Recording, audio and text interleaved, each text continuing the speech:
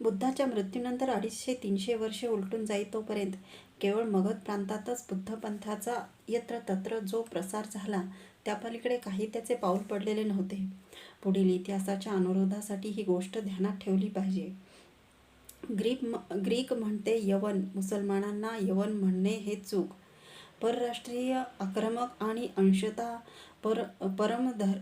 परमर्दीय अशा ग्रीकांना आपले तत्कालीन भारतीय लोक यवन म्हणून ओळखत, परंतु त्यामुळे सर्वच परराष्ट्रीय आक्रमकांना यवन असे म्हणणे ही अर्थातच चुकीची गोष्ट होती. विशेषतः मुसलमानांना आपले लोक जे यवन म्हणूनच म्हणू लागले ती तर घोडचूक होती, कारण ग्रीक लोक आक्रमक परराष्ट्रीय जरी असले तरी सापेक्षतः ते त्या वेळच्या विद्याव्यासंगी सभ्य जगतातच मोडत होते. परंतु भारतावर ज्या मुसलमानांच्या टोळधाडी शतावधी वर्षानंतर पुढे चालून आल्या, त्या धर्मांध रानटी विध्वंसक अशा राक्षसी वृत्तीच्या होत्या. तशा राक्षसी वृत्तीच्या मुसलमानांना मुसलमान म्हणून ओळखणेच अवश्य होते. त्यांनाही यवन म्हणण्यात त्यांचा नसता गौरव करण्याची आणि यवन शब्दाची नसती पायमल्ली करण्याची अशी दुहेरी चूक आपल्या हातून घडत आली. मुसलमानांना मलेच्छ म्हणता येईल, यवन नव्हे. वेडगळ मुसलमान समजतात तसा सिकंदर हा काही कोणी मुसलमान नव्हता. बहुसंख्य मुसलमानांतील एक वेडगळ समजूत ही येथे सांगण्यासारखी आहे. अलेक्झांडर ह्या नावाचे पार्शियन भाषेत सिकंदर असे रूपांतर झाले होते. ग्रीकांचे साम्राज्य पार्शियावर होते. तोपर्यंत अनेक पार्शियन लोक अलेक्झांडरच्या अलौकिक पराक्रमामुळे मोहित होऊन आपल्या मुलांना हे सिकंदर हेच नाव ठेवू लागले. पुढे पर्शियातील लोक मुसलमान झाल्यानंतरही त्यांच्यात मुलांना सिकंदर हे नाव ठेवण्याची प्रथा चालूच राहिली. भारतातील बाटक्या मुसलमानांनीही तीच प्रथा उचलली. त्या सिकंदर ह्या शब्दाची ही मूळ कथा ठाऊकच नसल्यामुळे हिंदुस्थानातील सहस्रावधी मुसलमानांची अशी दृढ समजूत झालेली असते की ज्या अर्थी मोहम्मद अली, कासिक इत्यादी त्यांच्या नावाप्रमाणे सिकंदर हेही त्यांच्या मुसलमानी नावातच मोडते, त्या अर्थी हा पराक्रमी सिकंदर ही मुसलमानातीलच कोणीतरी महापुरुष असला पाहिजे. किंबहुना तो मुसलमान होता म्हणूनच तो एवढा पराक्रमी दिग्विजय निपजू शकला. असल्या कित्येक धर्मवेड्या अडाण्यांनी आत्मप्रशंसक मुसलमानांना जर कोणी सांगितले की सिकंदर हा मुसलमान नव्हता, तो मुसलमान होऊ तरी कसा शकेल? सिकंदरच्या मृत्यूनंतर उण्यापुऱ्या 100 वर्षांनी मुहम्मद पैगंबराचा जन्म, तर तसेच गावढळ मुसलमान त्या सांगणाऱ्यालाच वेड्यात काढतील. अलेक्झांडरच्या साम्राज्याची त्यावेळची सरसीमा हिंदुकुश पर्वत ही होती. अलेक्झांडर त्यांच्यामुळे आपल्या तुंबळ ग्रीक सेनेसह भारतावर जो चालून आला तो तक्षशिलेला येऊन पोचला. तक्षशिलेचा राजा अंबी याने युद्ध न करताच अलेक्झांडरचे मांडलिकत्व मान्य केले. काही ग्रीक लेखक म्हणतात की ह्या तक्षशिलेच्याच राजाने आपल्या प्रतिस्पर्धी जो पौरस राजा त्याचा मोड काढण्यासाठी अलेक्झांडरला अपहरून बोलवले होते. तसे असेल तर ह्या स्वजनद्रोहाचे प्रायश्चित अंभी राजाला ग्रीकांशी 2 हात न करताच त्यांना शरण जाऊन हौसेने भोगावे लागले हे क्रमप्राप्त झाले. तक्षशिलेतील विद्यापीठ आणि एक विलक्षण योगायोग. तक्षशिलेला तत्कालीन जगतात सुप्रसिद्ध असलेले एक भारतीय विद्यापीठ होते. त्या विद्यापीठात देशोदेशीचे विद्यार्थी येऊन अनेक शास्त्रांचे आणि कलांचे अध्ययन करीत. इतकेच नव्हे तर देशोदेशीच्या राज्यातील राजपुत्रही तेथे येऊन तेथील अनुशासन पाळून राज्यशास्त्र आणि युद्धशास्त्र यांचे शिक्षण घेत असत. कोण्या विलक्षण योगायोगाने तिकडे अलेक्झांडर तक्षशिलेच्या राजाचा पाडाव करून भारतात ससैन्य चाल करून जात असतात. इकडे त्याच तक्षशिला विद्यापीठात तेजस्वी, तरतरीत आणि भारताच्या इतिहासात एक दैदिप्यमान असे सोनेरी पान ज्याच्या हातून भवितव्यता लिहविणार होती असा एक तरुणही राज्यशास्त्राचे आणि युद्धशास्त्राचे शिक्षण घेत होता, किंवा ते शिक्षण घेऊन अलीकडेच बाहेर पडला होता. त्याचे नाव चंद्रगुप्त आणि ह्या तक्षशिला विद्यापीठाच्या परिसरातच विविध पारंगत नि राजकारण धुरंधर असे एक प्रौढ पंडित त्या तरुणाला राष्ट्रीय क्रांतिकार्याचे नि राज्यशास्त्राचे धडे देत होते. त्यांचे नाव चाणक्य.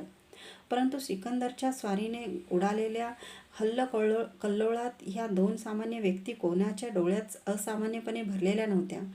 त्या दोन व्यक्ती सिकंदरच्या त्या साऱ्या प्रचंड परचक्रीय हालचालीकडे डोळ्यात तेल घालून बघत होत्या. भारतातील साऱ्या रावरावळ राजा महाराजांचे ते फुटकळ मुकुट एकत्र वितळवून सिकंदर स्वतःच्या शिरावर धारण करण्यासाठी जो भारतीय सम्राटपदाचा महामुकुट रणांगणात घडवीत होता, तो आयताचे आयता त्या परशत्रूच्या हातून हिसकावून घेऊन आपल्या त्या तरुण शिष्याच्या मस्तकावर ज्यायोगे बसविता येईल अशा एका महान क्रांतिकारक कार्याचे योजना ते प्रौढ आचार्य मनोमन आखीत होते. तक्षशिलेचा राजा अंबुज हा ग्रीकांच्या म्लेच्छ सैन्याशी युद्ध न करताच त्याचे आधिपत्य मानता झाला. ह्या त्याच्या कृत्याची जो तो करू लागला. अंबुज राजाच्या ह्या क्षात्र धर्माला कलंक लावणाऱ्या क्लेब्याच्या वाचपा काढण्यासाठी आपण आपापल्या परी ग्रीकांशी प्रखर सामना द्यावयाचा निर्धार अंबुजांच्या राज्यसत्ताक असलेल्या भारतीय राजांनी गणराज्यांनी केला. दुर्दैवाची गोष्ट इतकीच की त्या सर्व फुटकळपणे स्वतंत्र असलेल्या भारतीय राज्यांना त्या ग्रीक युद्धापुरते का होईना, पण एकत्र येऊन एकाच सैनिक नेतृत्वाखाली ते युद्ध लढण्याची बुद्धी झाली नाही म्हणा, किंवा समय सापडला नाही म्हणा. अलेक्झांडरने वेळ न दवडता तक्षशिलेला येताच आजूबाजूच्या सर्व भारतीय राज्यांना शरण येण्याची आज्ञा सोडली आणि तक्षशिला राज्याला लागूनच असलेल्या पोरस राजाने ती आज्ञा स्वीकारून युद्धाचे आव्हान स्वीकारताच त्याच्यावर चाल केली. पौरव राजाच्या बळावर मुख्य भर त्याच्या लढाऊ रथावर नि हत्तीच्या बळाचा होता, तर अलेक्झांडरचा मुख्य भर ग्रीकांच्या रणनिष्णात घोडदळावर होता. ह्या दोन्ही सैन्याच्या मध्ये वितस्ता झेल नदी होती. इतक्यात त्या सैन्याचे तोंड लागायच्या आधीच अकस्मात मोठा वादळी पाऊस पडू लागला. त्यामुळे नदीला मोठा पूर आला. तथापि अलेक्झांडरने थोड्यात दिवसात दूरवर शोध करीत नदीच्या वरच्या बाजूला असलेला एक उतार शोधून काढला आणि झटपट त्याच्या त्या रणनिष्णात घोडदळासह नदी उतरून पौरवच्या पार्श्वावर चाल केली. त्यामुळे पौरवाचा व्यूहच ढासळला. तरीही राजा पौरवाने तुंबळ लढाई दिली, परंतु पावसामुळे त्या रणभूमीत जिकडे तिकडे चिखलच चिखल झाल्यामुळे पौरवाचे रथ नि हत्ती ही दोन्हीही रणसाधने निकामी झाल्यामुळे अलेक्झांडरच्या घोडदळाच्या चढाऊ माऱ्यापुढे पौरवाच्या सैन्याचा टिकावा लागला नाही. त्या रणधुमाळीत हत्तीवर आरूढ झालेला पौरव राजाही जीवावर उदार होऊन लढत असता स्वतःच घायल झाला आणि अलेक्झांडरच्या हाती सापडला. अशा प्रकारे अंशतः पौरवाच्या दुर्दैवामुळे नि अंशतः अलेक्झांडरच्या रणचापल्यामुळे ग्रीकांचा पूर्ण विजय झाला.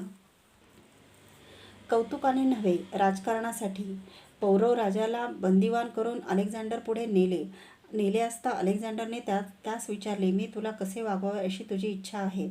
तेव्हा पौरवाने उत्तर दिले, राजासारखे. आपल्या इकडच्या आणि युरोपीय इतिहासकारांनीही बहुधा असेच लिहिले आहे की पौरव राजाच्या धिटाईच्या उत्तराचे अलेक्झांडरला मोठे कौतुक वाटले आणि म्हणून त्याने पौरवाला न मारता केवळ अंकित करून पुन्हा राज्यावर बसविले. परंतु हे वर्णन चुकीचे आहे. विशेषतः शालेय पुस्तकातून तरी अशी भोंगळ स्तुतिवाक्ये घालू नयेत. कारण स्वप्नात राज्य देण्याचे वचन दिले म्हणून जागे झाल्यावरही त्या वचनाप्रमाणे राज्य देऊन टाकणारा अलेक्झांडर हा कोणी भाबडा भारतीय राजा नव्हता. जर पौरवाला त्याने ठार मारले असते किंवा त्याचे राज्य छिनावून घेऊन ग्रीक जातीचा एखादा क्षत्रप अलेक्झांडरने त्या राज्यावर नेमला असता, तर त्या राज्यातील स्वाभिमानी भारतीय जानपद ग्रीकांच्या द्वेषाने अधिकच खवळले असते. अलेक्झांडरला अनेक शत्रूंशी लढत भारताची मुख्य राजधानी जी पाटलीपुत्र तेथपर्यंत जावायचे होते. ते केवळ त्याच्या समवेत असलेल्या जातिवंत ग्रीक सेनेच्या बळावर थोडेच साधणार होते.